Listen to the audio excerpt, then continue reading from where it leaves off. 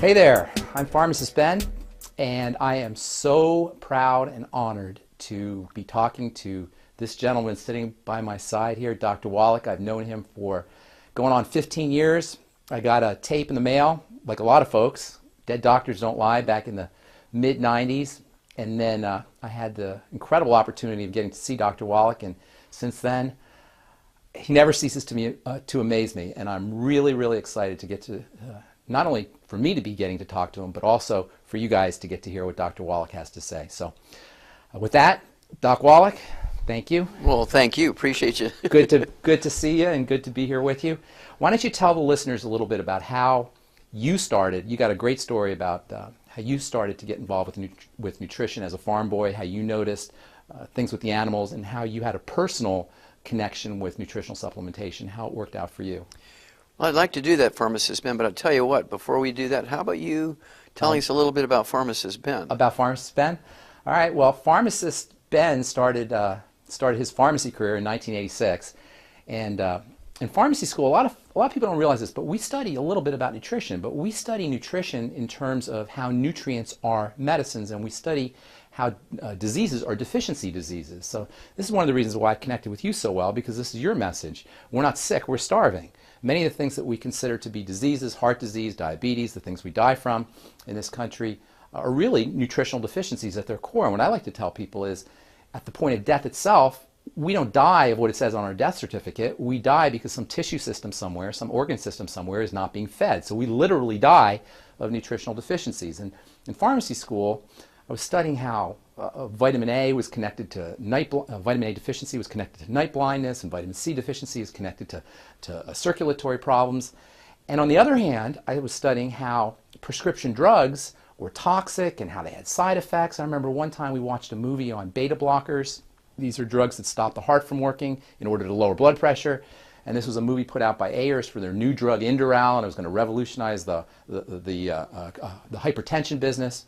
And I remember the movie was an hour long, 15 minutes about how revolutionary their drug was, and 45 minutes was some guy reading the side effects of the new drug. 45 minutes, I'm telling you, reading the side effects. So I got the idea that we got a real big problem in this country in terms of healthcare.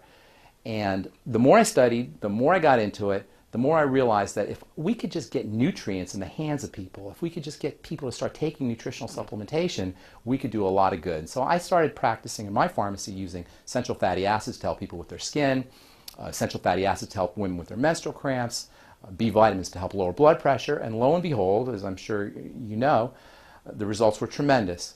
So from the get-go almost, I realized as a young pharmacist that we could be using nutritional supplements instead of using medicines, and we could be helping a heck of a lot more people, and we could be saving a lot of money on top of that. And then when I heard your message, I was all over it. I got that tape in the mail, Dead Doctors Don't Lie, and I was like, who is this guy? And I listened to it, and I listened to it, and I got to tell you, I stole some of your ideas, and I went out and I started talking to folks using some of your ideas.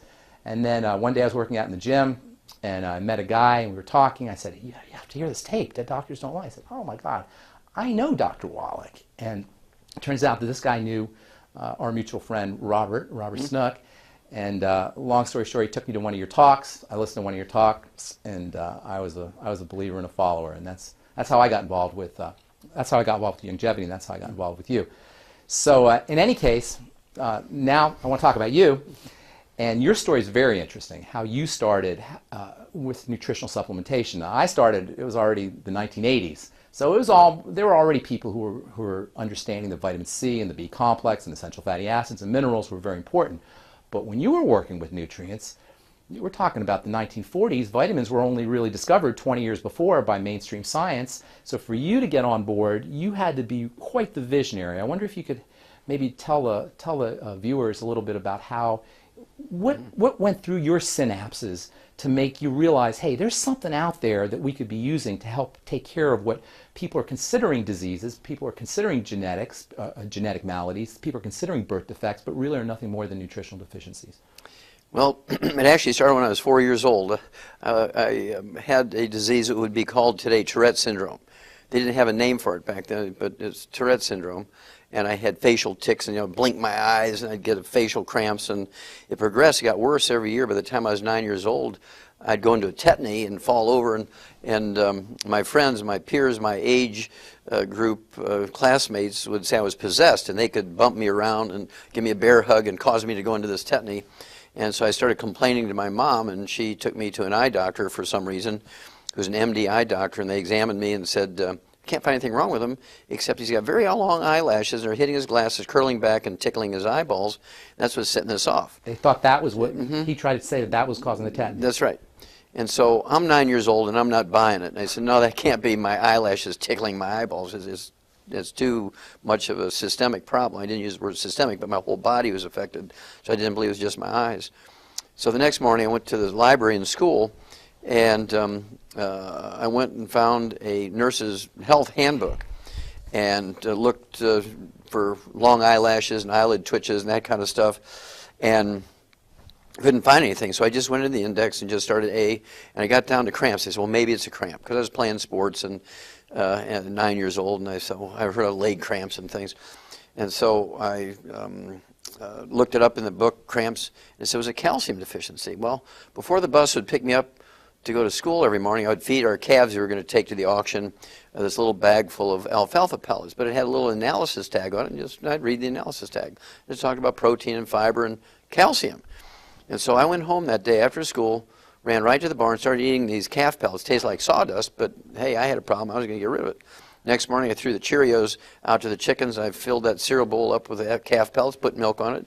I did that for 3 days. By the third day, it was gone. Forever. Forever. Wow. And of course, I've been taking the 90 essential nutrients twice a day since I was 9 years old, 64 years. So what went through your head as a young boy when you're taking these things that are for the calves, and all of a sudden you're this movement disorder that must have been traumatic for you as a kid? Well, what went through your head? You thought it was a miracle? Well, I thought it was one of those eureka moments, because I understood something that doctors didn't.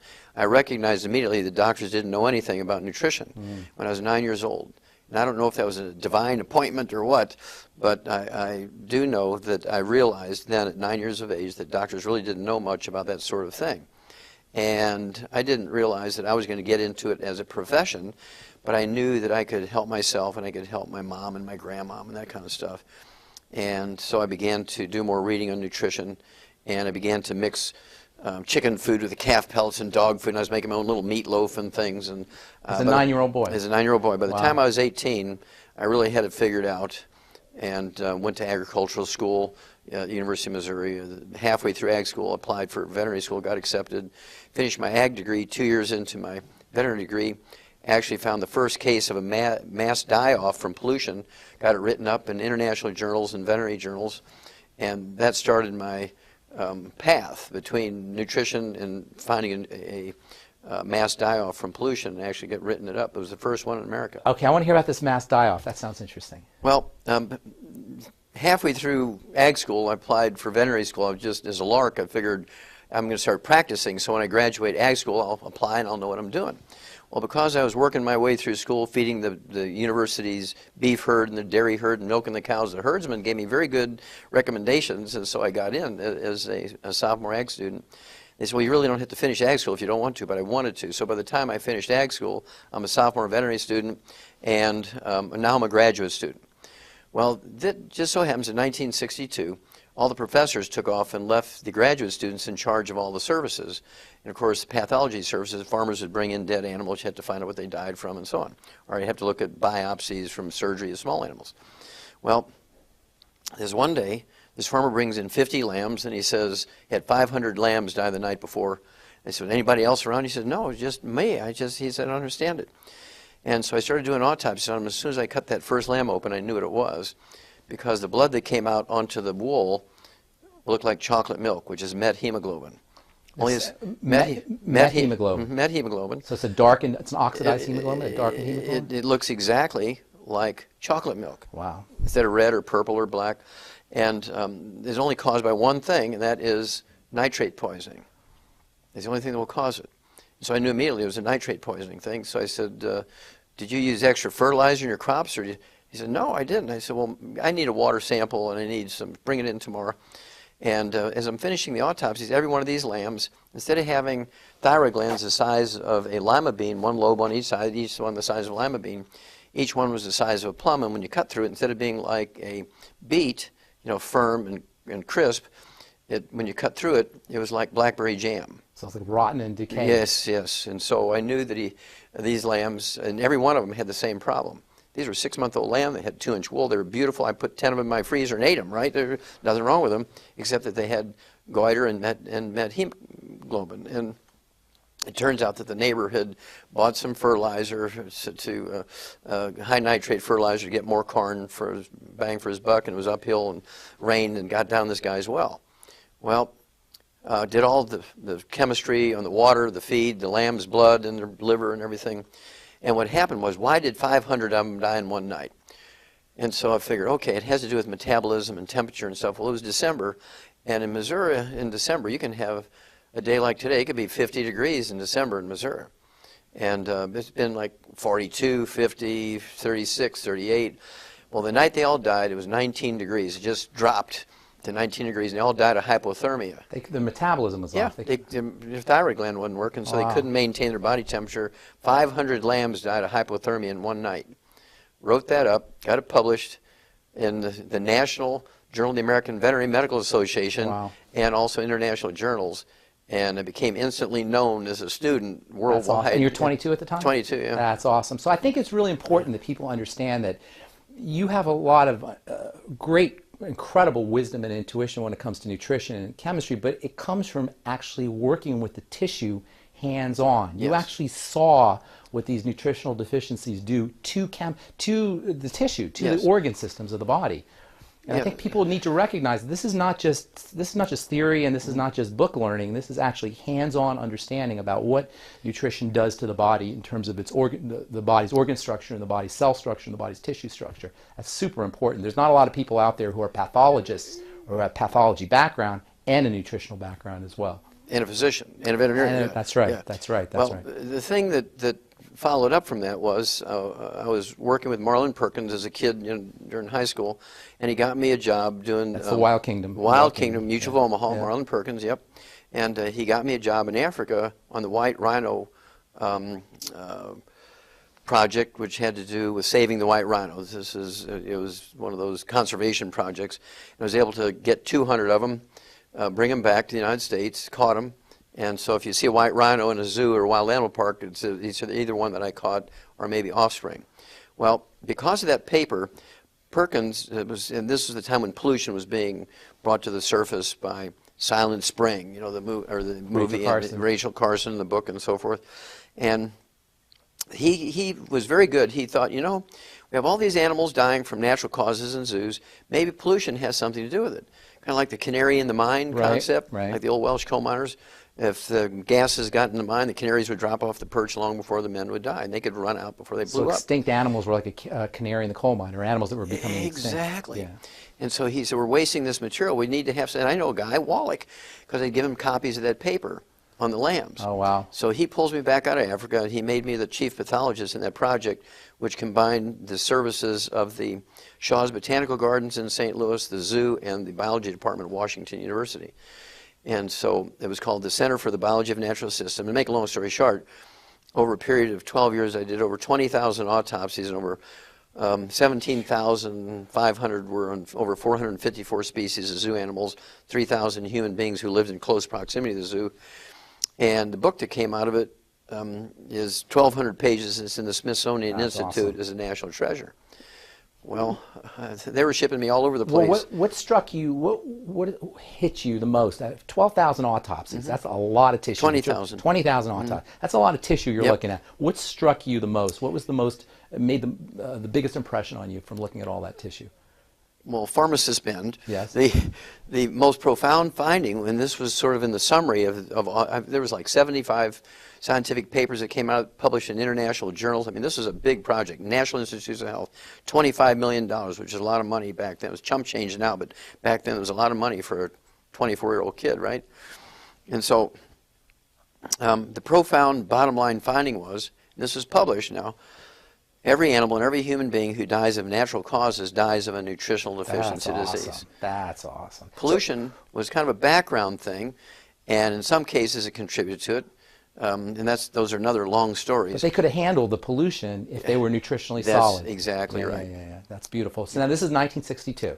1962. This is 1962. So take us forward, because you didn't start to become well known, and the Dead Doctors Don't Lie didn't hit for another 1993. Until 1993. So take us forward from 1962 through the 60s. What's going through your head as you're seeing that there's this problem with nutritional deficiencies, and it must have hit you that, hey, we got a big problem here. We knew it was a big problem, and when I was in Africa for that 2 years working in the White Rhino Project, I was still studying nutrition because I wanted to know what elephants were eating, where they were getting their minerals, where they were getting their vitamins. We were testing water and testing the leaves on the trees and the bark that they were eating and so forth, and writing papers from that too and so forth.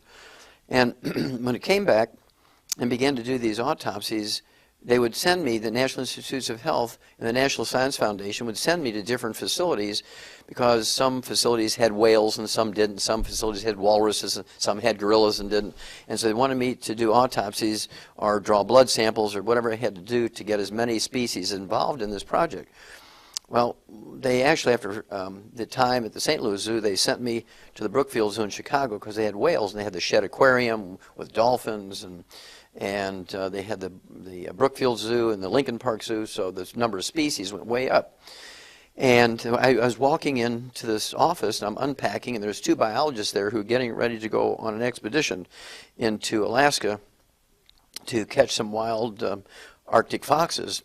And I said, oh, that sounds like an interesting project. Why are you doing that? He said, well, we have a pair of Arctic foxes here at the zoo, at the Brookfield Zoo in Chicago, and they must have some terrible gene, because Arctic foxes normally have 10 to 12 kits in their litter, and they were only having 3 to 5 kits, and they're always born with this birth defect. So they have this terrible genetic problem. So we want to get some wild genes and bring that in and reconfigure the genes and so forth. They said, well, tell me about it. They said, well, 5 years earlier, the babies were born with neural tube defects, and 4 years earlier, they were born with no limbs. 3 years earlier, they're born with no diaphragm, so they all suffocated to death. All different things. All different things. Yeah. Every year is a different thing. And then the last year, they had cleft palates, and I said, well, it's not genetic, because it'd be the same birth defect. It'd be like the same birth defect year after year after year. If it's one gene, it'll be the same problem. Exactly. He says, what are you feeding them? Ground up horse meat. And they said, well, are you giving them any vitamins? Minerals? No, because they're meat eaters. We just give them meat. And so I knew what the problem was right away. So I said, okay, I'll tell you what. Since the guys are leaving this week, why don't you get them off a display? They're imperfect. I played to their beliefs, right? So I said, they're imperfect specimens anyway. Give them to me. Let me kind of work on them and do some tests on them. And they were happy with that. They brought them up there. And when they left, I went to the grocery store and bought some dog food for toy dogs. And I gave it to the foxes. Within a couple of months, they had a normal litter of 12 babies. So I did the thing that a good farmer would do. I inbred them, right? I bred the mother to the sons, the father to the daughters, the brother to the sisters, and by doing that, I had 300 foxes very quickly. Right. And then I inbred them, and I inbred them. By the time 3 years went by, I had over a couple of thousand foxes, and they were in the reptile house, the bird house, the administration healthy building. Foxes. All perfectly healthy, Yeah. Not a single defect in any of them, because they're all getting dog food, which is perfect. Well, I think what you're talking about here is so interesting, because this is the middle 60s now we're talking? This is the early 60s, yeah. Well, today, the cutting edge in science and in genetics is not genetics at all, it's epigenetics. Today, the cutting edge in science and in genetics is not genetics at all, it's epigenetics, correct? So what you were doing 30 years ago was epigenetics. Yes. I wonder if you could tell the folks a little bit about the whole idea of epigenetics, how epigenetics relates to genetics, and how nutrition relates to epigenetics. Well, you have to appreciate how the medical mind thinks, pharmacists, Ben, and you know this being a pharmacist. But for our viewers here, the medical mind is that they get a theory and everything belongs to that theory. For instance, back in the days of the cavemen, there were witch doctors and shamans. Everything was caused by evil spirits. Right. And then there was alchemists, and it had to do with distillation and turning lead into gold and all that kind of stuff, and sprinkling. If all you have is a hammer, everything looks like a nail, that kind of thing? Exactly. Yeah. And then it went into spontaneous generation, because they didn't know about germs yet, and they thought that life spontaneously generated from nothing. And then along came Van Leeuwenhoek, the Dutch he was actually a spectacle maker, made eyeglasses, and he invented the microscope. Yeah, but he put two lenses instead of one lens for your right eye, one lens for your left eye. He put one lens on top of the other. Made a compound lens. Yeah, made a compound microscope, and he looked at pond water. He sees all these little animals floating around. He writes it up. Well, Pasteur he's a guy who's working on wine, trying to keep it from going sour and going to vinegar. Yeah. And that's he came up with pasteurization. He was studying yeast. Yeah, he was studying yeast, exactly. And so once he learned that it was a living thing, he couldn't see it because he didn't have a microscope. Once he had a microscope, he could see the little yeast buds and budding and growing. So Pasteur was a contemporary. Oh, yeah, of Van Leeuwenhoek. Okay. Yep. And he immediately knew that spontaneous generation was not the thing. He knew things were caused by these germs. That's where the germ theory came from. And then, of course, he was the first one to actually practically make vaccines, although there was a medical doctor in England by the name of Jenner who was involved. Got a smallpox guy. Yeah, exactly. Yeah. And so when you had Pasteur, he took 25 sheep in the center of Paris. He set up pens, artificial pens or temporary pens. He had 25 sheep that he vaccinated for anthrax. He had 25 sheep he didn't. He gave anthrax to all 50, and the ones that were vaccinated, 24 of them survived, and one died, and the ones that didn't have vaccination all died. And so the press was there, and it was everybody agreed that he knew the answer to anthrax, and so the medical system couldn't argue with it because the press had already made it a fait accompli, right? And then comes along Mendel and Darwin, right? And Darwin's talking about how things evolve in the Galapagos Islands, and he'd see all these different finches, which are really the same species, but they had different colors and different beaks, but they're the same species. And that's because it took a little adaptation in each of the different islands to survive, the predators and things. That's where he came up with the theory of evolution, by watching the finches? By watching the finches. That's where he got that idea. And he knew there was something being passed on from one generation because the ones who were successful had some adaptation, right? That was the word, adaptation. And the ones that couldn't adapt got eaten by the predators. This is the beginnings of the genetics theory. Yeah, There's something being passed on, some information passed on from parent to offspring. Exactly. And then here's Mendel, who's this monk, right? And he's growing peas, and he's studying peas, which the monks love to eat. And he was studying which he could get the best peas, and he learned that there was something being passed on. The color of the pea flowers, and whether they're wrinkled or smooth, or they're big or they're small, and he could pass on these traits. And so he talked about threads, and he knew that something was being passed on. He literally said threads? Mm-hmm. He said threads are being passed on, threads of life are being passed on, carrying information was his words. Wow. We're talking about in the 1800s. early 1800s, yeah. And so that was the beginning of the genetic theory. Well, along comes people like Linus Pauling and Watson and Crick, and they were able to actually tell you the structure of a chromosome and so forth, and double helix, and how traits like eye color and skin color and hair color are being passed on, and so forth. Linus Pauling was in on the whole genetic thing as well. Well, he was the first. He was actually the first one. He was actually cheated.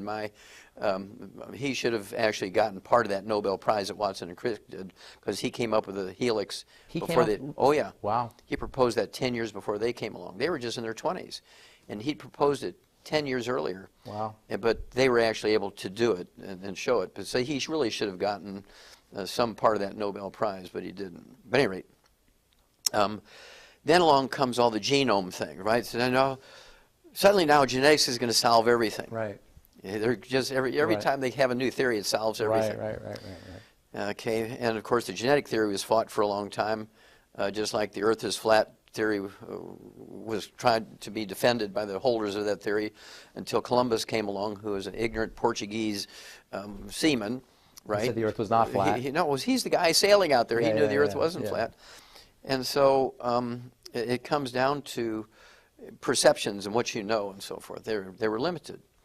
So at any rate, my revelation, if you will, back when I was 9 years old, that diseases could be caused by nutritional deficiency, I learned everything I could about nutrition. Of course, in agriculture school, we learned that we could prevent and cure as many as 900 different diseases in animals with nutrition that in medical school they tell them are genetic.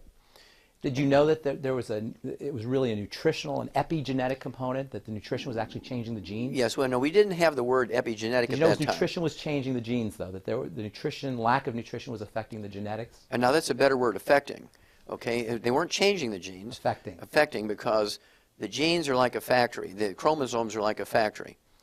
Can you build anything in a factory without raw materials or parts? No. Without labors and energy? Of course not. No. Okay, so a gene and a chromosome is the same way. It's just a blueprint. Right. A gene and a chromosome is just a blueprint, Right. nothing else. So you Right. put a gene and a chromosome in a bucket of saline and say, okay, come on, boys, go to work and make something. Ain't nothing happening. Right. You still the gene need... that makes protein, the blueprint is just there to make the protein. You still need the raw materials to make the protein. That's right. Yeah. And so we learned in agricultural school that we could prevent and cure every disease you can think of. We can prevent and cure, well, let's see, we can prevent every birth defect. Many of them you could cure. Some of them, like cleft palate's a surgical case, right? And for instance, congestive heart failure, the most common cause of heart disease, death in adults in America, it's a deficiency of a single vitamin. In fact, when I went to the next thing after the foxes in the Brookfield Zoo, the Shedd Aquarium there in Chicago, they called me over and said, hey, we hear you're wanting to do autopsies on some cetaceans, which are whales and dolphins and things. I said, yep. They said, well, we got a freshwater dolphin here from the Ganges River in India, just died, and we get 10 or 12 of them every year, and in the spring and by the fall they're all dead. This is pretty typical. Why don't you give us your thoughts what's happening here? So I go over there and cut that thing open. First thing, I knew immediately what it was, because the heart of a 300-pound freshwater dolphin is as big as your fist. Well, this dolphin's heart was as big as a basketball. He died of congestive heart failure, which is a deficiency of a single vitamin. So I said, are you giving these dolphins any vitamins? No, we're feeding them whole fish. They eat fish, so we just give them whole fish. I said, tell me what species of fish, because there are certain fish, in their tissues, they have an enzyme that kills that vitamin. You're not talking about vitamin C? No. Thiamine. Thiamine. Thiaminase. There's a thiaminase in the tissue of smelt. They're feeding because of the size. The smelt was the perfect food from size standpoint for these freshwater dolphins. They didn't have any thiamine. They didn't have any thiamine because they weren't putting a multiple and extra thiamine in the mouth of those fish when they fed them to the little freshwater dolphins. So, told them to change the type of fish they were feeding them, give them multiple and some extra B vitamins with a lot of thiamine, stop the deaths in the freshwater dolphins, the Shedd Aquarium.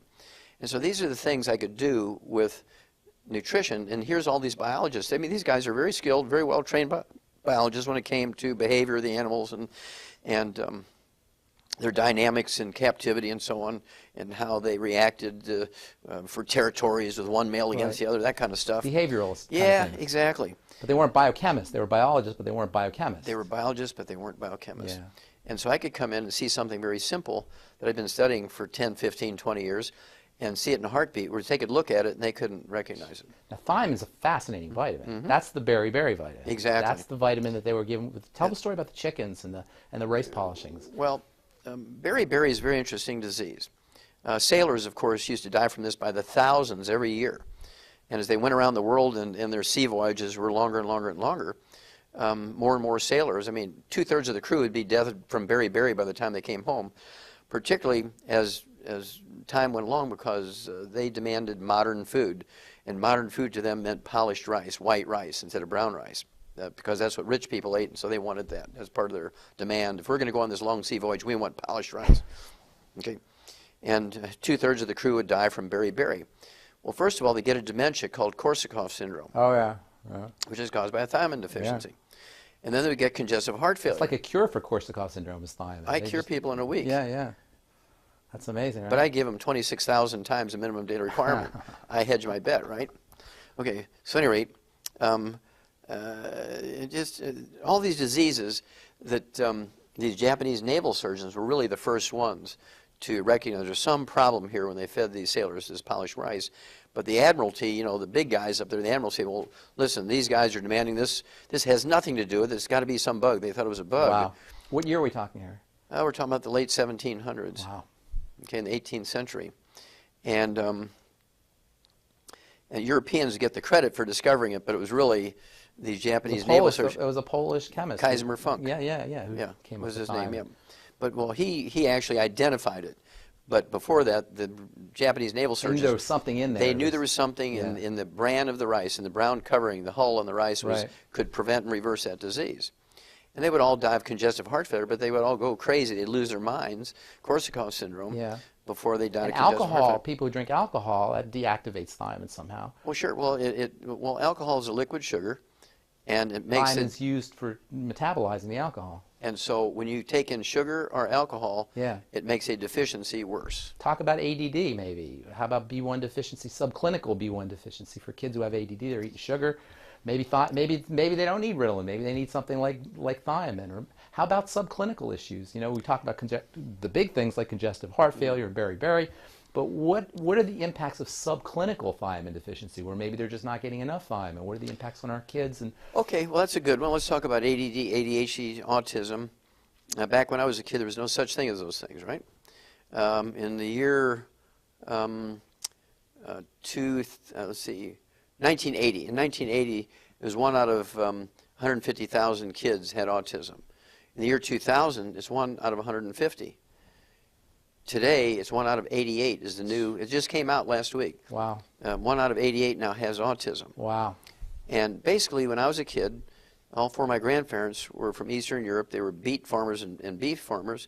And so for breakfast, I would have cheese and beets and beef and eggs and...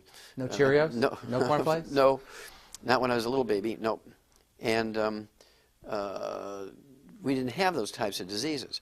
Well, here comes now, 20 years later, kids are being fed on these box cereals full of processed carbohydrates with sugar on it, and they're getting apple juice. Right. How can you build a brain, which is 2/3 by weight, 75% by weight, is cholesterol and good fats? Okay, and so now all they're getting is carbohydrates and sugar, and they're going crazy. Right. So not only are they deficient, but it's costing them nutrients to process all that stuff. Exactly. So it makes the nutritional deficiencies worse. Even worse, right? Right. And so simply, I take kids that haven't spoken in 11 years. You start feeding them eggs, you get them on the 90 essential nutrients, which is what we feed animals, the 90 essential nutrients, 60 minerals, 16 vitamins, 12 essential amino acids, 3 essential fatty acids.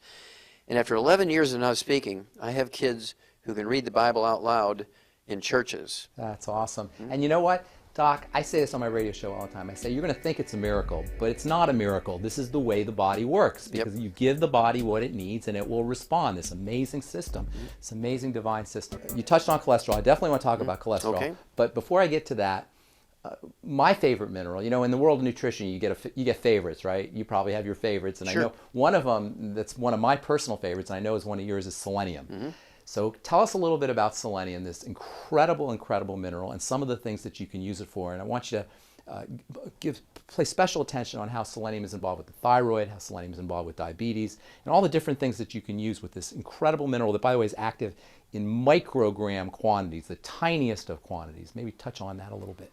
Okay, as you say, selenium is one of those wonderful trace minerals, which is an essential nutrient. We need it. We can't live without it. And it has many functions. It's a structural mineral when it comes to chromosomes, right? Epigenetics. Epigenetics, we'll get into that, right? But it's a structural piece in the actual normal double helix.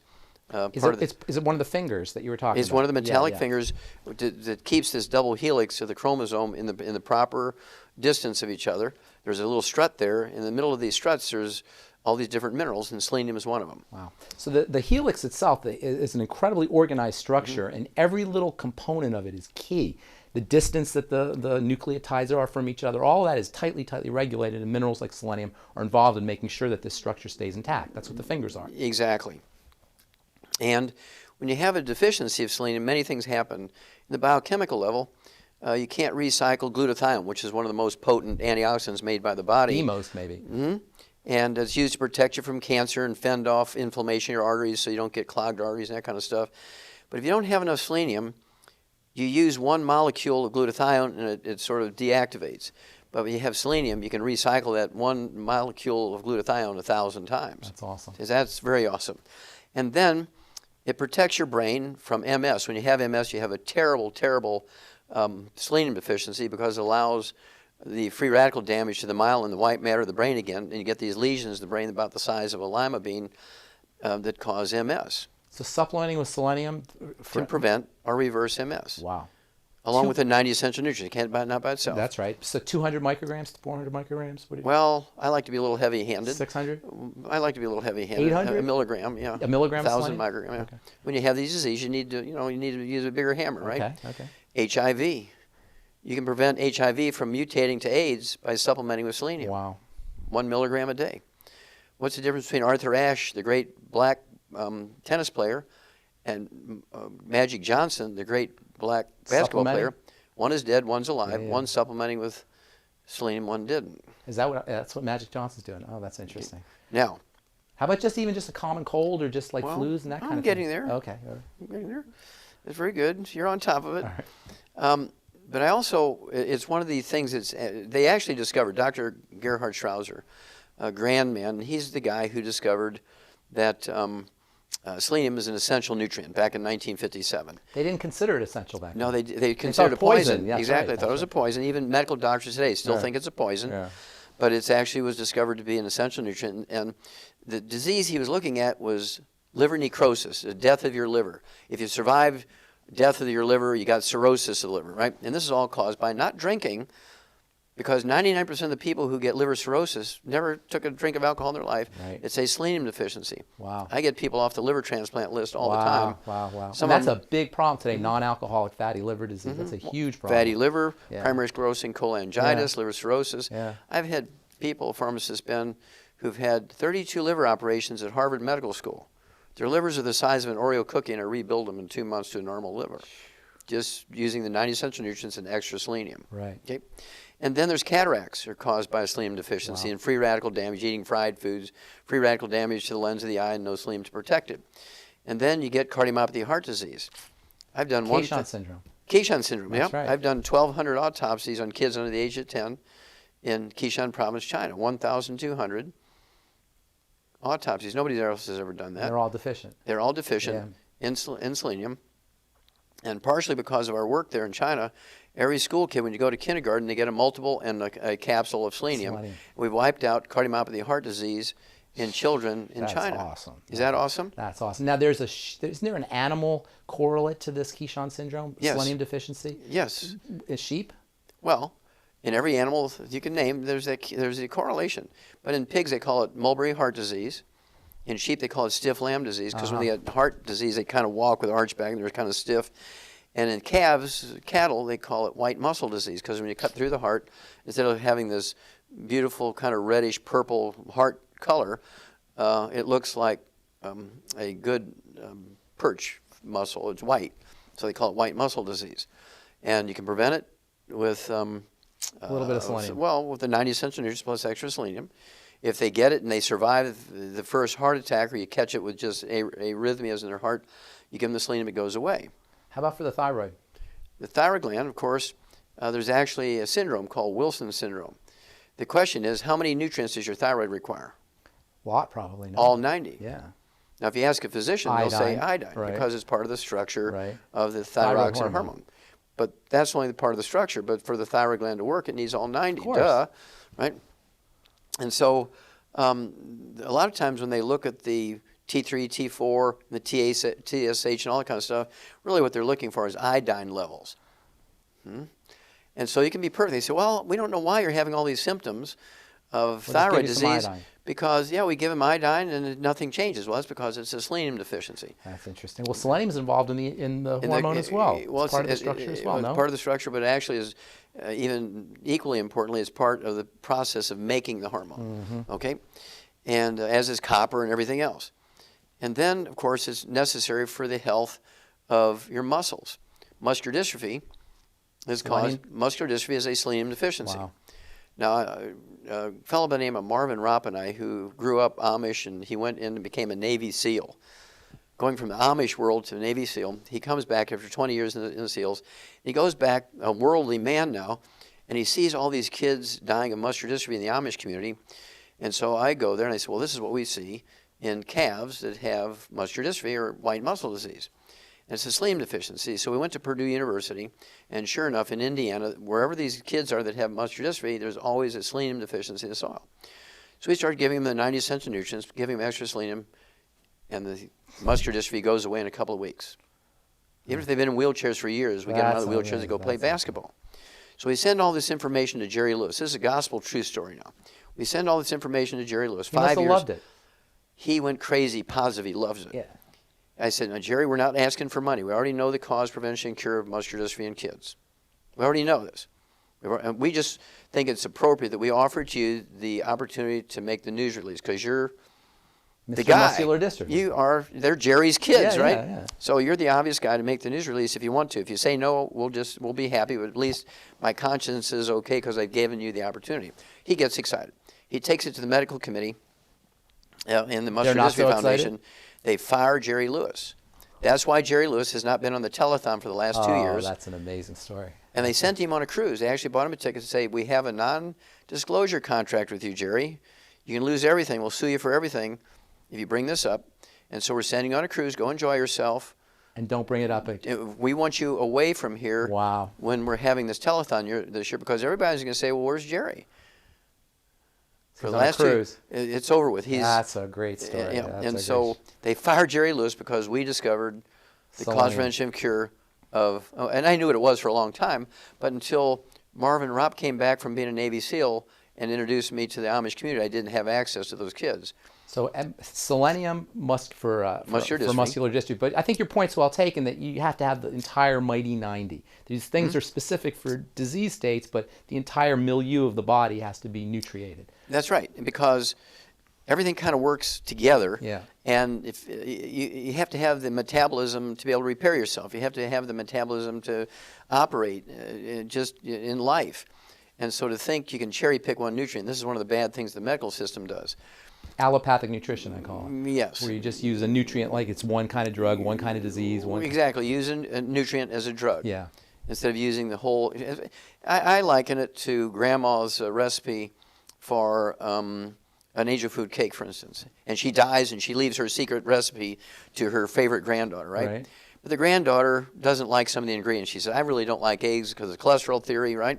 It's not going to be the same cake. And so you leave the eggs out, and all you get is a angel food crepe. Yeah. You don't get angel food cake. Right, because all the ingredients work together. Exactly. And the mighty 90 works together the same way. Yeah.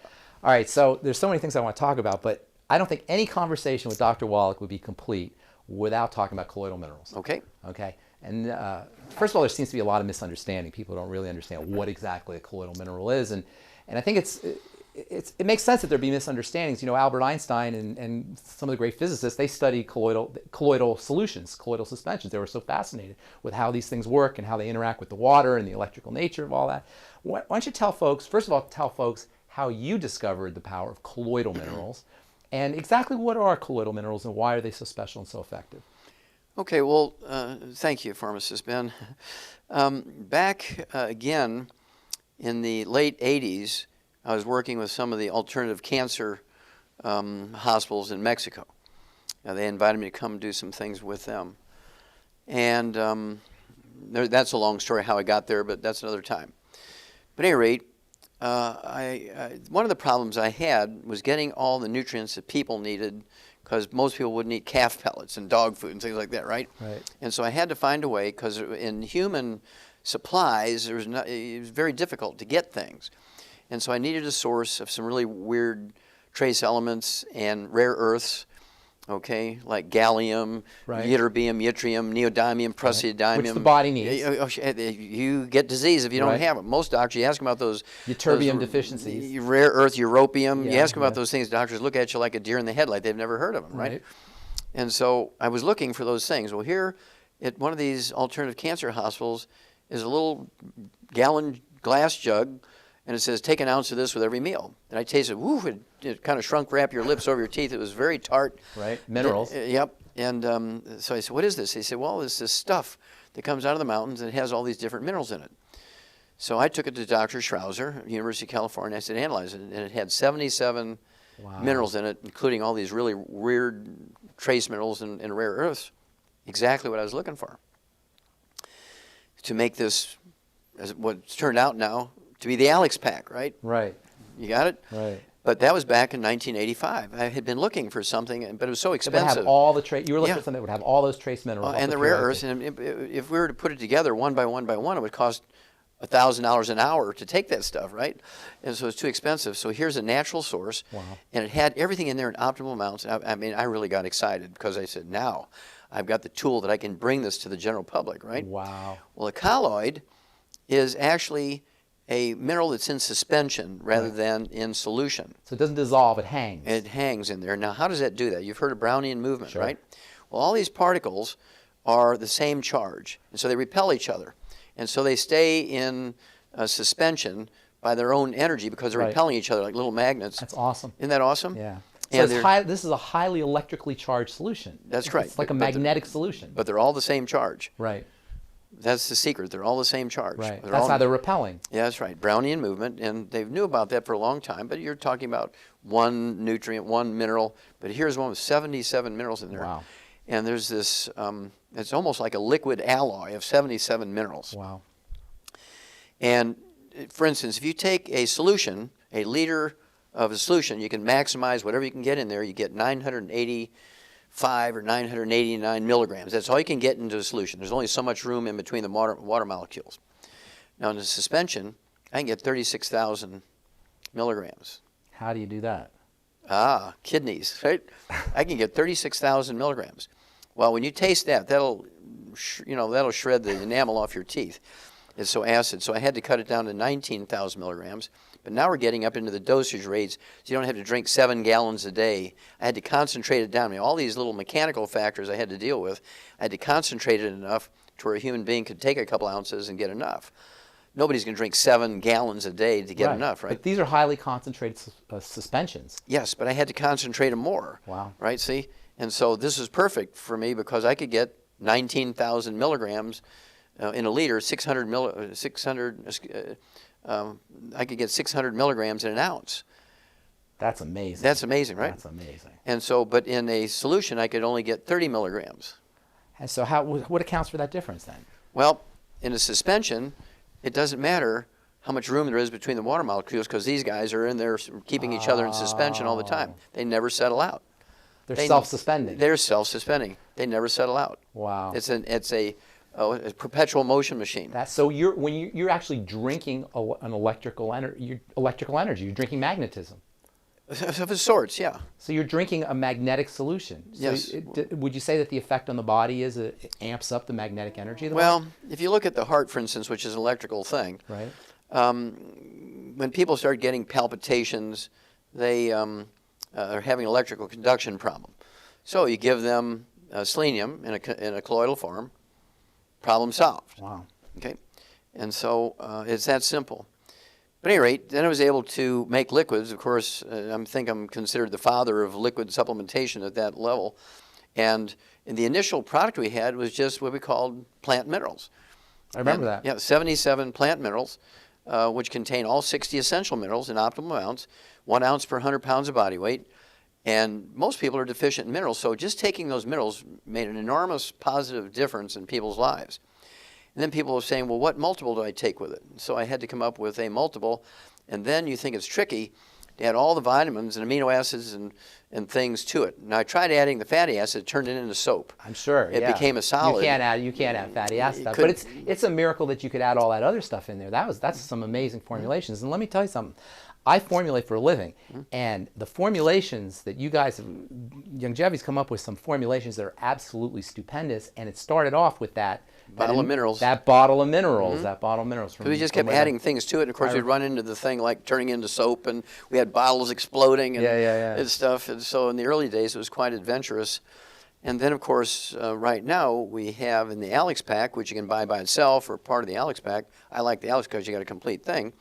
Is the Beyond Tangerine. Has 245 nutrients in it. That's a stupendous product. Isn't that wild? Stupendous product. It has 300 milligrams of these minerals per serving.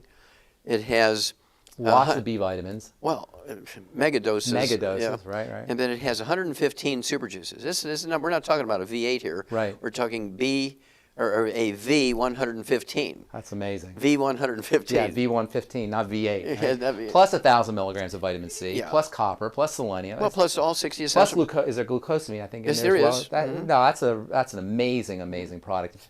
If people don't do anything but that, they're going to notice dramatic results. Oh, huge, huge. And of course, kids like it because it tastes good. Tastes great. And then for absorption, that's another thing.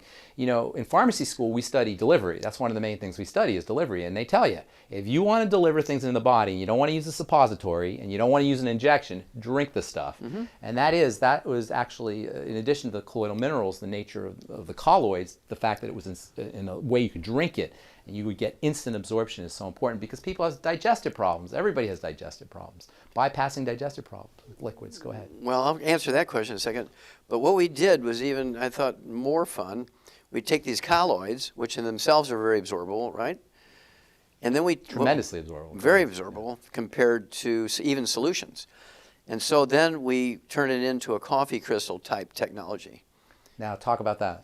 Well, coffee crystals are not actually like you're making an instant drink, okay, because what we did was turn it into a brewed thing that has all these juices and vitamins and minerals and amino acids in it.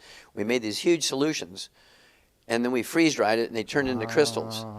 You just add water, and suddenly now it rehydrates. It rehydrates, becomes the original suspension again. Is that what makes the BTT so special? It's like freeze-dried. Yes. Do you remember that commercial they used to have for the freeze-dried coffee? That whole... That's the coffee crystals. Yeah, it's the same idea. And so we take a colloid, and we turn it into the coffee crystal technology. So it becomes a colloid again. It becomes a colloid again. So the BTT is it's a colloidal suspension. It's not a colloid, a solution. and then we put it into resuspension. But when people reconstitute it, it becomes a suspension again. It becomes a suspension again. So they're actually drinking this colloidal liquid again. Exactly. Even though it's portable and you can carry it around. And light, you can take it on the plane with you. You can take it on the plane. That's great.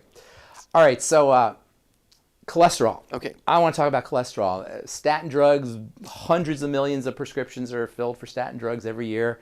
Everybody's terrified of cholesterol. Somebody here was asking about eating eggs, and people don't want to eat eggs. They don't want to eat the yolk in eggs. And there's so much misunderstandings about cholesterol. Please tell our listeners, tell the viewers a little bit about, first of all, what cholesterol is, why it's so important, and then how you can make sure that you have enough cholesterol in your body using dietary strategies.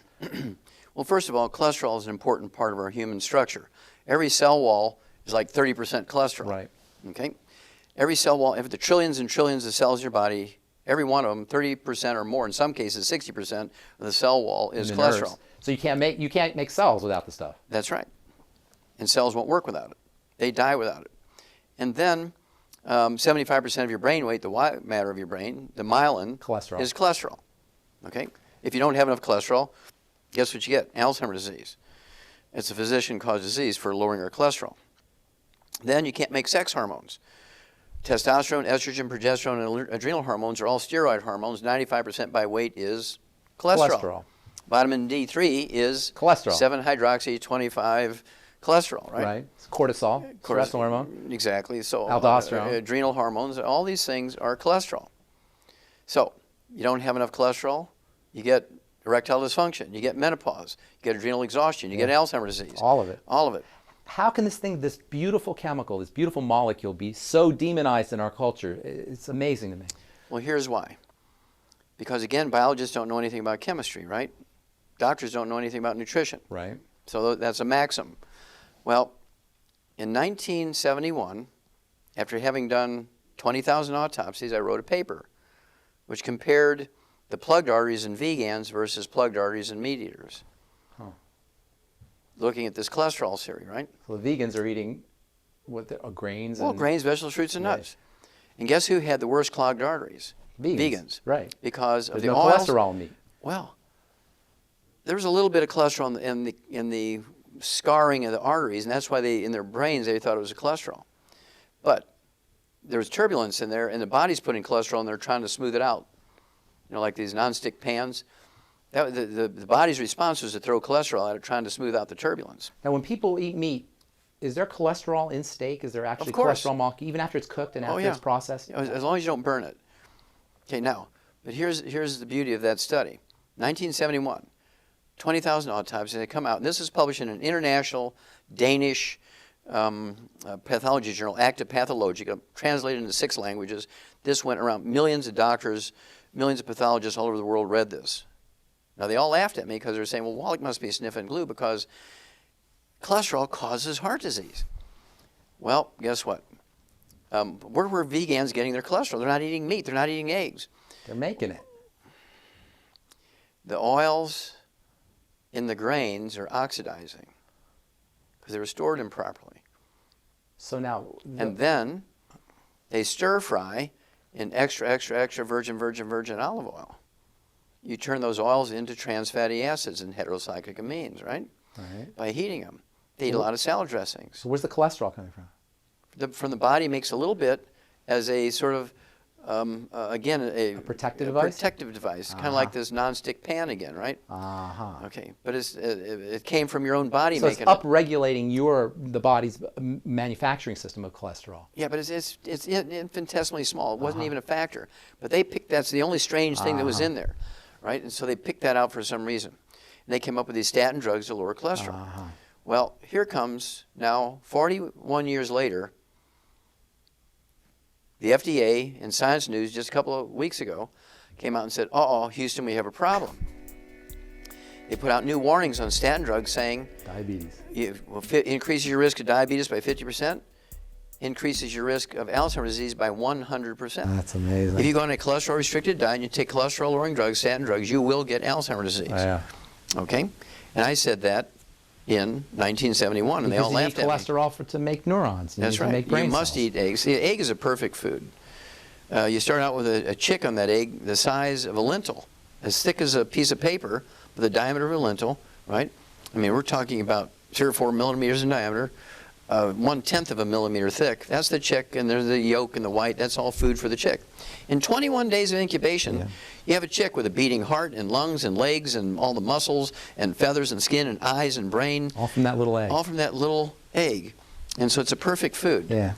And so if you want to keep your brains, you want to have a great sex life, you want to you want to have your adrenal glands are happy, you don't want to have menopause, you don't want erectile dysfunction, you better be eating 6 to 10 to 12. I eat a minimum of 8 eggs a day. I try for 12 every day. Where else can you get, what other foods would you recommend? Eat the chicken skin, throw the chicken away. Just don't eat it fried, okay? You can eat fish skin? Yeah, you get a little bit of cholesterol actually in salmon, in the fat underneath the salmon skin. You can get it from red meat. You can get it from lard and butter. You get a little bit of cholesterol in butter. What do you think about, what nutrients would you use with your cholesterol? Any particular vitamin E or essential fatty acids? Well, sure. You have to take the 90 essential nutrients, which includes vitamin E, and we're talking about selenium and vitamin A. All these things are antioxidants in their own right.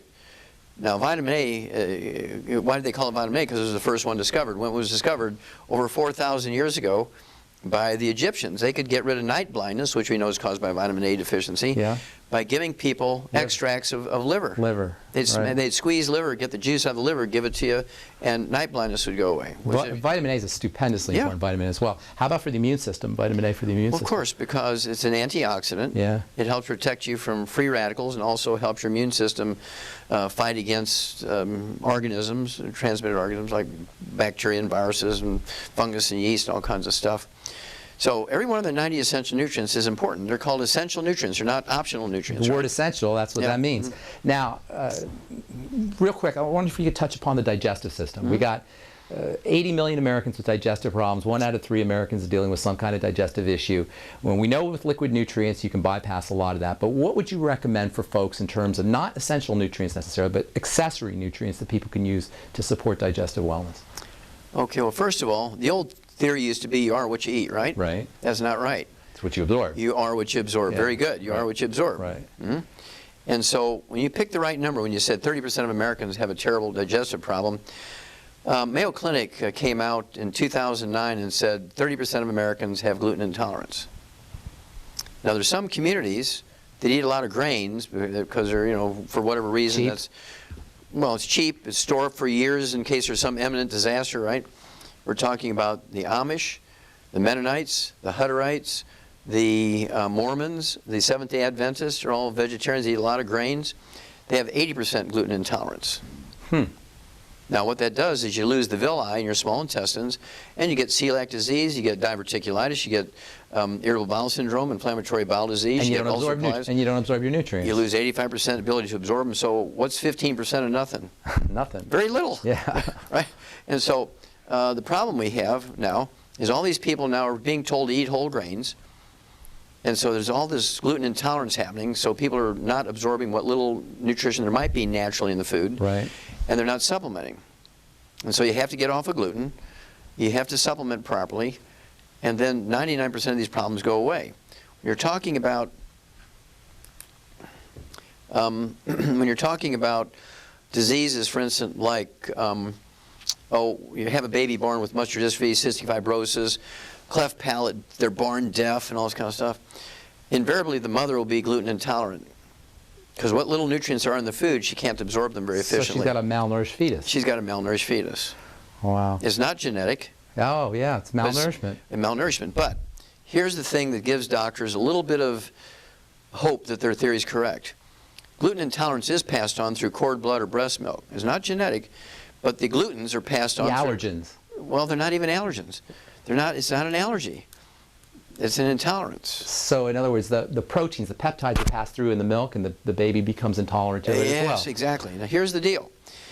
Nobody's allergic to poison ivy because there's no pollen involved, nobody eats it for salads, but everybody is intolerant of it. Now you rub poison ivy on yourself, you don't get an allergic reaction. You don't get an immune reaction. You have a contact dermatitis. Right. The same thing when you eat gluten and you have a gluten intolerance, you don't get an allergic reaction, you get a contact. It's a mechanical issue. Would you say it's a chemical irritant. You get a contact enteritis. Okay? So it's not necessarily an allergic reaction. It is not an allergic reaction. It's still an immune reaction. No. It's not even an immune reaction. Is it mechanical? It's a chemical irritant. So gluten is an irritant. Oh yeah, it's a contact enteritis. Bakers will get it too. There's baker's dermatitis. Well, yeah, exactly the same thing. Same idea.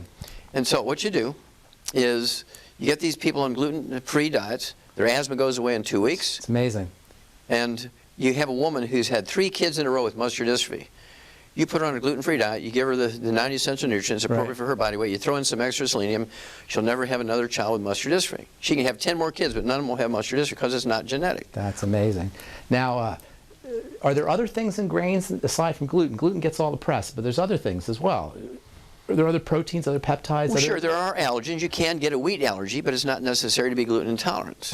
Is grain a problematic food, in your opinion? Yes, it is, because human beings were never designed to eat grain. Yeah. Now, the animals that do very well with grain are They have ruminants. extra stomachs. They have 4 stomachs. Yeah. So if we have 4 stomachs, maybe we'd be able to eat that. Well, we'd be able to eat grain. Yeah. We have a single stomach, and we don't have the capacity to handle grains like an antelope and a buffalo and the horses and cattle and sheep and goats and all these animals with 4 stomachs. When you look around the world, other than one-celled animals, the 4-stomach animals are the most universal form. They're everywhere, on every continent, every place. There's more species of ruminant animals than there are elephants. So our digestive system just isn't designed to eat these kinds of things. That's right. Isn't that interesting? You know about Jared Diamond, right? He wrote a paper called Agriculture was the worst thing that ever happened to us in human history, something along those lines. But the idea being that we're not supposed to be eating these kinds of foods. Germs, guns, and... guns, germs, and steel. Yeah. But the idea is that we're not supposed to be eating these kinds of foods. What about gluten-free? What about gluten-free flours and gluten-free grains? What's your take on those? Well, gluten-free grains are what? We're talking about millet. Yeah. Buckwheat, which is not wheat. Quinoa. Quinoa, and you're looking at rice. You ever hear of the old macrobiotic diet?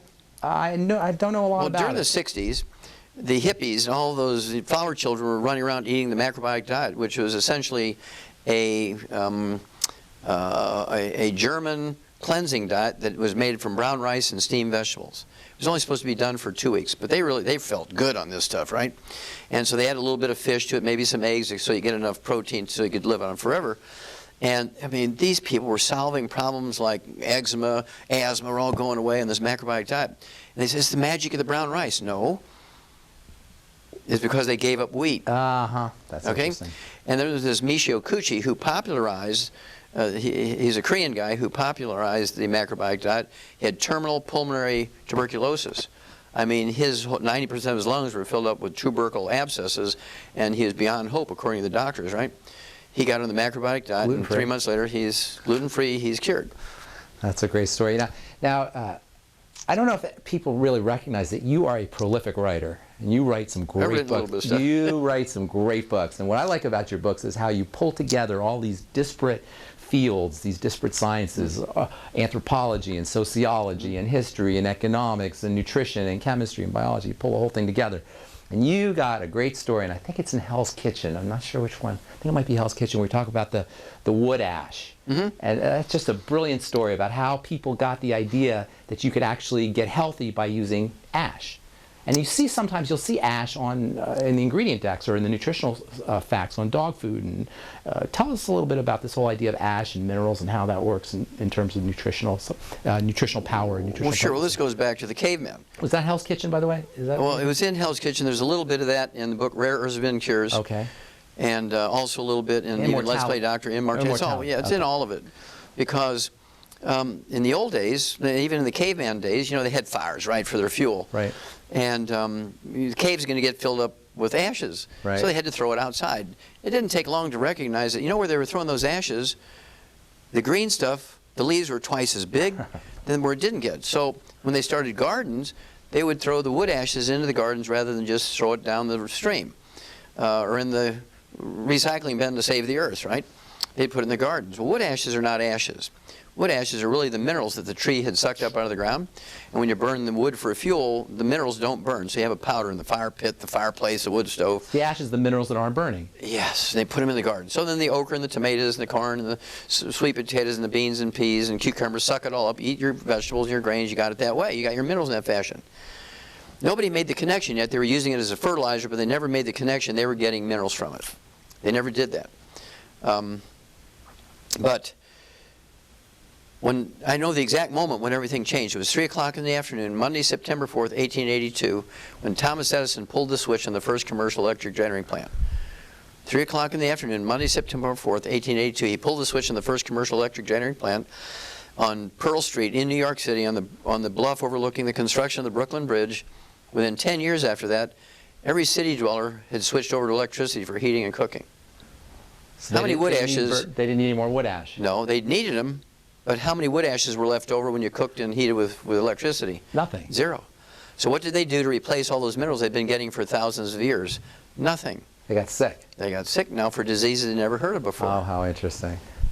So with electricity. Yeah, it Oh, just displaced were our source of minerals. That's interesting. It was sort of a change of just like right now, you can't hardly find a payphone in an airport because of cell phones have replaced it. Newspapers are going away because all the little classified ads are going away because of the cell phones and eBay and all that kind of stuff, right? So is the postal service going away because of email. Yeah. Okay. Well, the same thing happened when you had the electric stove come along. There's no ash anymore. No ash anymore. But they didn't make up the difference. Nobody knew to make up the difference. And so wood ash has been, when you look at the top, and this is where the book Immortality comes in, we looked at the top 20 longevity cultures on Earth. We did it through National Geographic. We read 60 years worth of National Geographics because we knew we'd have to spend millions of dollars of our personal money and years and years and years. And then people would say, well, Wallach, we don't believe this one, and we'd argue about that one. So we took everything from the National Geographic, give them plenty of credit and so forth. We used their pick of the top 20 longevity cultures. We have 40 times 100-year-olds. They have 100-year-old per 250 population. We have 100-year-old per 10,000. Wow. Okay? Which cultures? Well, we were talking about things like Sardinians, the Nicoyans in the Pacific coast to Costa Rica, really weird places you never heard, Okinawans, right? And so the Hunzas up on the Pakistani border with China. Lake Titicaca. The Titicacas and that kind of stuff. It was really, really weird. All top 20 longevity cultures are third world cultures. They're illiterate. They have no doctors, no medical system. They have no utilities. Glacier milk. What do they have? Well, I thought that's what it was in the beginning, but the universal thing that they picked was they all use wood for fuel. Oh. And by dumb luck, pharmacist Ben, by dumb luck, when you looked at the agricultural schools at the universities in the countries in which these cultures exist, by actual analysis of the land that they grew their food on, and they got the trees that they use for wood, for fuel, they had 60 minerals in their soil. By dumb luck. By dumb luck. Yeah. That's great. All right, we talked to our friend Aaron just a few minutes ago, and he's an amazing testimony to everything you talk about. He lost 100 pounds. Everybody wants to lose weight. Obesity is ridiculous. We're the number one obese nation in the world. We're the starving obese. We are. It's crazy what's out there. By 2030, they estimate 50%. Not overweight, Doc. Obese. Okay. So how can we use the Mighty 90 to lose some weight, especially now with Christmas and Thanksgiving? How can folks use the Mighty 90 to lose some weight? Well, again, pharmacist Ben, we're the number one obese nation in the world. We spend more money for healthcare than all the nations of the world combined, yet we're the number one obese nation in the world. What's going on here? What that tells you, you don't have to be too bright to stand back and say, how could we be the number one obese nation in the world? What does it say about the level of understanding of obesity by our doctors and our government? They know nothing. Nothing. Otherwise, we'd be number 204, right? We'd be the thinnest people on earth and the healthiest. But we're number one obesity because they know nothing about obesity. In their theory, you know what I'm saying? In their theory, obesity is caused from lack of exercise and a disease of excess. You're eating too much. Right. Because they think that we're like an oven. They think if you eat carbohydrates at only 4.5 calories. Calories in, calories out. Exactly. 4.5 calories per gram as opposed to 9 calories per gram for fat. You can't buy fat. It's fat-free, low fat, no fat. Right. But we're still fat. We're still obese. Okay, and that's because it is not a disease of excess and it's not a disease of lack of exercise. When you're obese or even overweight, it's a disease of deficiency. You're deficient in a couple of minerals. So obesity is actually a deficiency disease? Yes. Okay. Obesity deficiency is a disease of a couple of minerals. All right. And the symptom of the deficiency of these couple of minerals is the munchies. Ah, so you can cure the munchies by using these? Oh, yeah. Uh-huh. So what are the minerals? Well, I won't tell you yet. Because if I tell everybody, what I want them to do is get that book, Hell's Kitchen, and read the whole story. Okay, so it's just a couple of minerals that will take care of the munchies. Well, there's two minerals. If you have those deficient of those two minerals, you're going to be one of these people who weighs 600, 800, 1,200 pounds. But any mineral deficiency, not vitamin, you can be deficient in all the vitamins you want and you won't gain weight. Huh, it's mineral deficiency. It's a mineral deficiency. In horses, it's called cribbing. They chew on the fence. Right. How about pica? Is that what pica is? Pica. Pica, yeah. And little kids will eat dirt and stuff Lead like paint that. Yeah. That's because of a mineral deficiency. Huh. Only. So when people have the munchies, their body is the body's wisdom is let's go get some minerals, and they're trying to find these minerals. You're driving you to eat something to find the minerals. Yeah. Okay. So using the Mighty 90 and using these minerals will take care of the munchies and take care of the weight loss. Suddenly now, if you just get on the Alex pack, take the 90 essential nutrients, right, you'll lose 10, 15, 20 pounds in a month. We see this all the time. Yeah, without even thinking. Yeah. Because suddenly now, your portions are automatically get smaller because you're tired of throwing food away. Yeah. And you're not going to eat between meals. You'll take some snacks and think, I don't even know why I took this. I'm not even really that hungry, but out of habit, you're doing it. And it doesn't take you long to figure out I don't need to do this anymore. So dieting isn't even hard. Once you get the nutrients that you need. I wouldn't even use that term. Yeah. What I would do is talk about portion control as opposed to dieting. Right. Because you don't even have to think about portion control because when the pica and the munchies goes away, portion control is just sort of self-regulating, right? Now, to speed it up, we actually have what we call the Slender FX Weight Management System, which has a meal replacer in it, which is 80 calories and no sugar, so it's great for diabetics who need to lose weight. It's only 80 calories. You could have 2 of those meals a day. I like to throw in a couple of eggs and make it with water. You're only going to get like a 250 calorie meal, so 2 of those is 500 calories. You're going to have a 300 or 500 calorie meal. You're down below 1,000 calories. And you have all your nutrients. You have all your nutrients, right? Because you're still going to take your 90 essential nutrients. You're going to take your Alex pack, even though you've cut your calories, your portion control is way down here, but you're still taking your 90 essential nutrients, and you're going to lose weight. We see it all the time. In fact, that's the most dramatic example of how powerful this stuff is the weight loss. Yes. And the weight loss shouldn't even necessarily be the target of what you're looking for. That's like It just happens. It just happens. Yes. It happens on its own. Now, if somebody needs to lose 25, 50, 75, 100 pounds or more, then we throw in what we call ASAP. I like to add ASAP. Yeah. ASAP is an acronym for as slim as possible. Right. But I like to say ASAP because it's as slim as possible, as soon as possible. Yeah, now, exactly.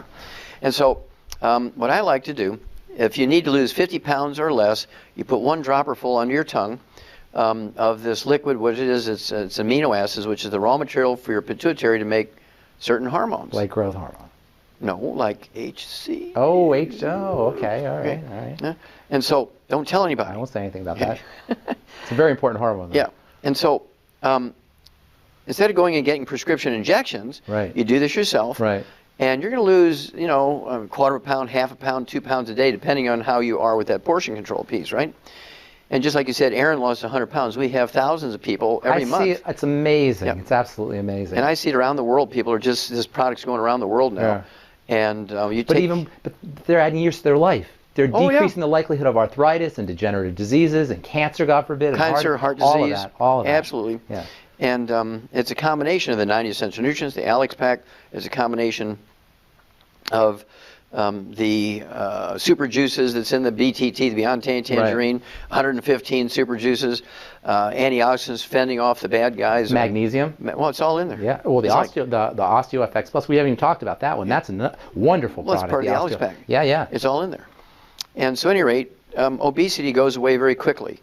But when you say, right now they're predicting 50% obesity by the year 2030, that tells you that they don't know what to do. Because if they knew what to do, they'd say, okay, right now we're 36% obesity. But it'll be Here's less. what we do. Yeah. And by 2030, it's going to be 20%. They don't know what to do. They have no earthly Yeah. idea because their theory has failed them. Yeah. And they cannot believe it's a disease of deficiency. In their little pea brains, they cannot believe that it's a disease of deficiency. Well, they're still operating that steam engine mentality where you put the coal in and you get a fire, and they don't understand that the body's not a steam engine. There's a whole, it's a metabolic system. It's Yes. a chemistry system. Okay, now, the spin-off of that, of course, they say that people who are obese, they have a higher rate of Diabetes. Yep. That's this sort of cousin disease here. Right. They run together, but not all the time. You can have people who are obese don't have diabetes, but they do tend to run together. And we've known for 70 years that diabetes, type 2 diabetes, which makes up 98% of the diabetic population, is a simple mineral deficiency disease again. It's not genetic in any way, shape, or form. Right. It is not genetic in any way, shape, or form, for emphasis, right? Right. It is a simple mineral deficiency disease. And I have to tell you this story. You'll appreciate this, pharmacist, man.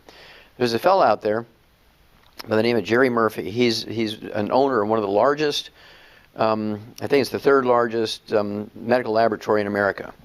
He services 7,000 hospitals and tens of thousands of doctors' private offices every day with his medical laboratory. This guy's got 3 It's PhDs. like a diagnostic Oh, diagnostic laboratories. Yeah, they take specimens and send them to the laboratory. They send the results back to the doctor, right? I mean, this guy has 3 literally has 3 PhDs. He doesn't have in diabetes. medical. Oh yeah, he had terrible brittle diabetes. I mean, his blood sugar is off the chart, even with injectable insulin. And he knows about all this stuff. Well, he has access to the finest endocrinologists, the cutting edge of research on what you do for diabetes, all the drugs. I mean, he knows everything about diabetes the medical system knows. Well, a mutual friend introduces us, and because I've been talking about diabetes for 25, 30 years, right? And so I said, well, yes, sir, I can help you. I can get your A1C hemoglobin down below 5 within a couple of months. I can get your blood sugar down below 100 without medication. You'll be an ex-diabetic. And he looks at me like, oh, yeah, right. Right. He says, who are you? So I had to introduce myself a little bit. He said, well, I don't believe you. So tell you what, give me a test. I mean, give it a try. You have everything to gain, nothing to lose. You're not being successful at what you're doing. He said, okay, I'll give you 90 days, Wallach. He says, if you can get my A1C hemoglobin down from 8.9 down below 5 within 90 days, if you can get my blood sugar consistently down below 100 without medication within 90 days, I'll be your best friend. Wow. I'll fly around my jet plane.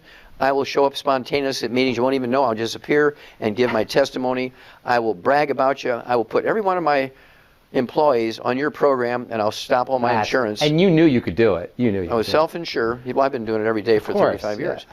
And so he says, but I'll tell you what, if you fail, if in 90 days you haven't gotten rid of my diabetes, I will hire somebody whose only job is to go around every place where you're going to give a talk and tell everybody in the newspapers and be interviewed and tell everybody what a quack you are. Right. I said, okay, Jerry, let's do it. Let's go for it. And he was kind of shocked that I didn't want to negotiate, right, and equivocate. Right. I said, let's do it. Well, to make a long story short, in 2 months' time, following exactly what I told him to do, and he was very good, he was impeccable in doing exactly what I told him, his A1C hemoglobin dropped from 8.9 down to 4.3, and his blood sugar went down to 62 without medication. That's amazing. And you know what? It's the way you put it and the way you frame it, it's easy. It's easy. And I want everybody to understand this is easy. If you have diabetes, if you have a blood sugar problem, and you've been told you're going to be on insulin the rest of your life and you're going to be on drugs the rest of your life, this is easy because it's a metabolic problem. And once you change your body's chemistry, it can't help but follow.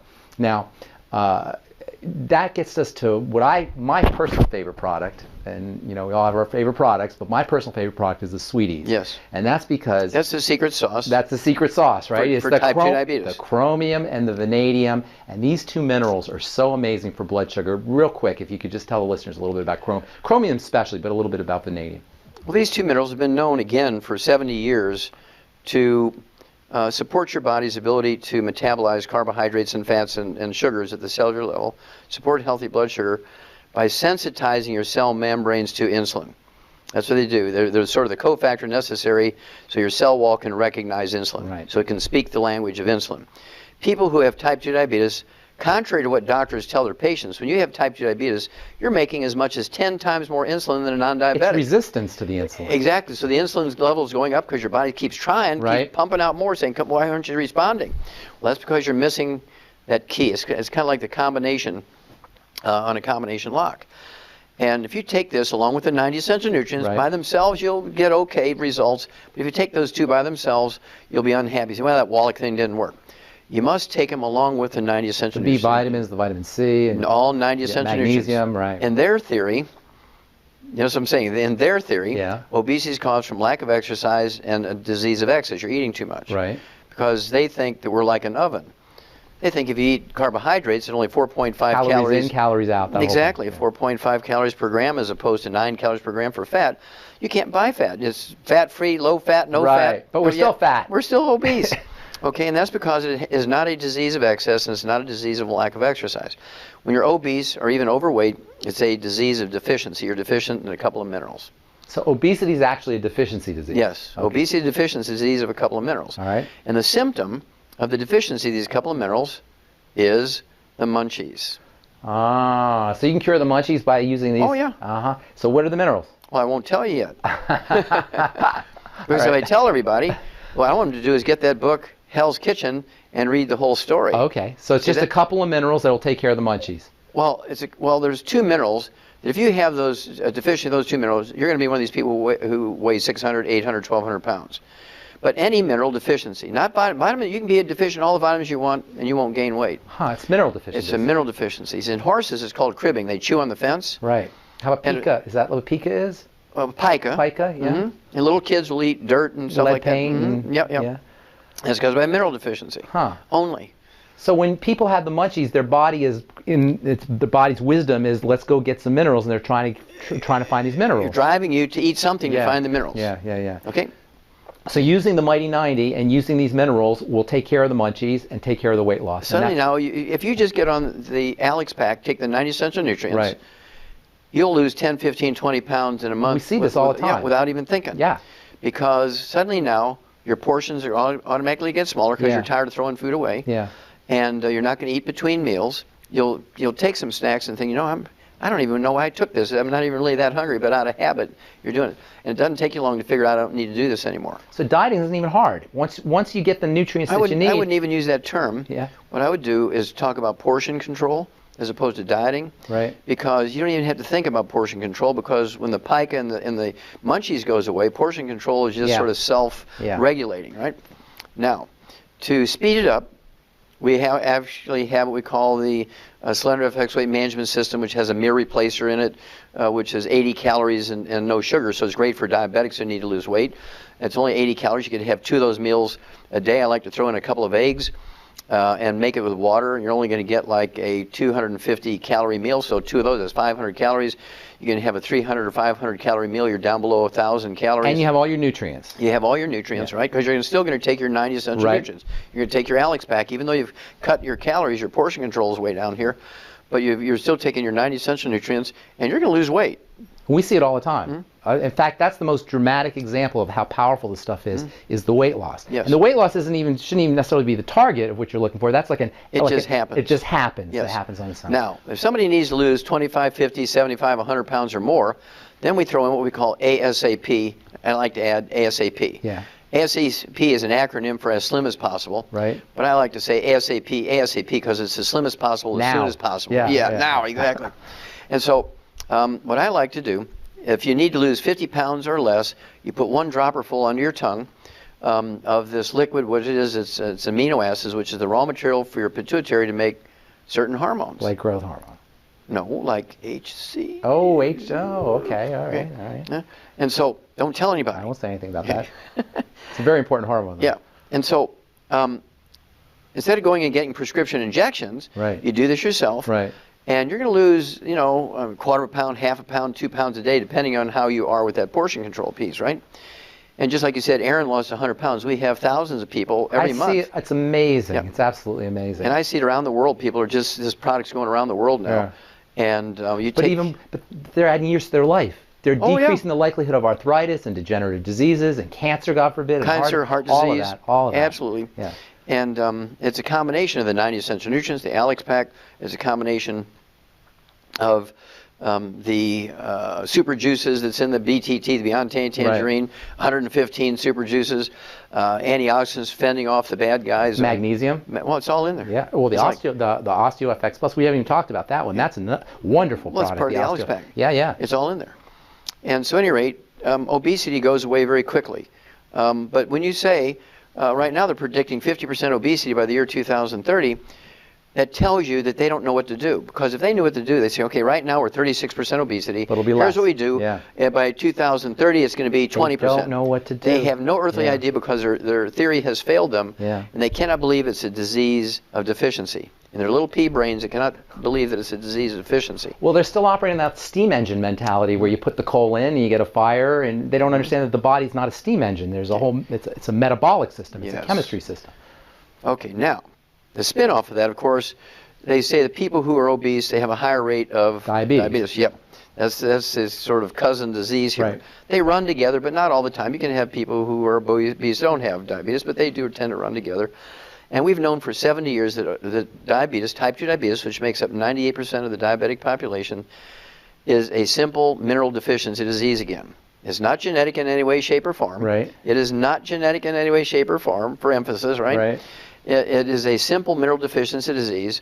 And I have to tell you this story. You'll appreciate this, pharmacist, man. There's a fellow out there by the name of Jerry Murphy. He's an owner of one of the largest, I think it's the third largest medical laboratory in America. He services 7,000 hospitals and tens of thousands of doctors' private offices every day with his medical laboratory. This guy's got 3 PhDs. Like a diagnostic Oh, a diagnostic laboratory. Yeah, they take specimens and send them to the laboratory. They send the results back to the doctor, right? I mean, this guy has 3 PhDs. He doesn't have diabetes. Medical. Oh, yeah. He had terrible brittle diabetes. I mean, his blood sugar is off the chart, even with injectable insulin. And he knows about all this stuff. Well, he has access to the finest endocrinologists, the cutting edge of research on what you do for diabetes, all the drugs. I mean, he knows everything about diabetes the medical system knows. Well, a mutual friend introduces us. And because I've been talking about diabetes for 25, 30 years, right? And so I said, well, yes, sir, I can help you. I can get your A1C hemoglobin down below 5 within a couple of months. I can get your blood sugar down below 100 without medication. You'll be an ex-diabetic. And he looks at me like, oh, yeah, right. Right. He says, who are you? So I had to introduce myself a little bit. He said, well, I don't believe you.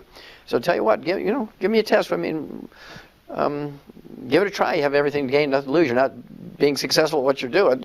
He said, okay, I'll give you 90 days, Wallach.